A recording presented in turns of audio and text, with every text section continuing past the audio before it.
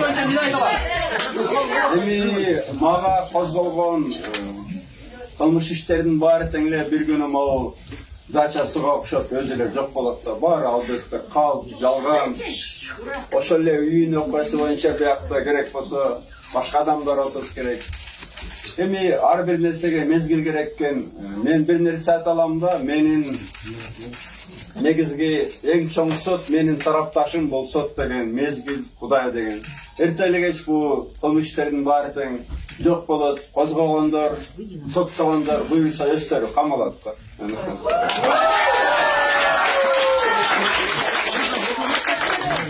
Кто, по-вашему, вы сказали, что допустить другие люди, а кто именно? Вы не могли бы назвать имена? Повторите еще.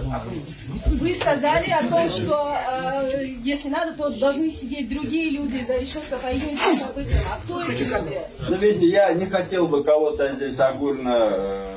Это должны разбираться, но должны разбираться нормально, не по заказу, что сейчас же задача другая, задача такая, Атамбаев должен сидеть в тюрьме, и желательно, чтобы он умер в тюрьме, вот и вся задача. И из них кто-то делает крайним, я думаю, по этим крайними делают. Алашачевич, сиз Кеңшбек Дүйшөбаев Бекбасановтар менен жолуктуңуздарбы? Бул иш боюнча сөзсүңүздөрбү? Жагы жолугуп атасызбы? Жок, мен биринчи келип атам, бул процесске биринчи келип атам. Жолуккан жокпуз, сүйлөшкөн жокпуз, бирок биз ал мезгилдердин баарын көргөнбүз да, баардыгын билебиз. Биргесиздеги саясатта үзөңгүлөштөр болчуңуздар да, булар? Болгонбуз, убактылуу өкмөттө Дүйшөбаев менен чогуу болгон. Исмаил Исаков менен деле. Алмаз Шамширович, а со здоровьем как у вас сейчас?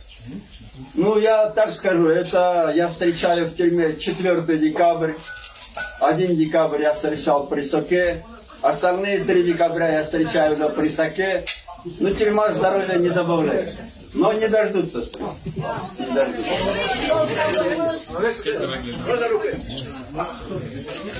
Когда как?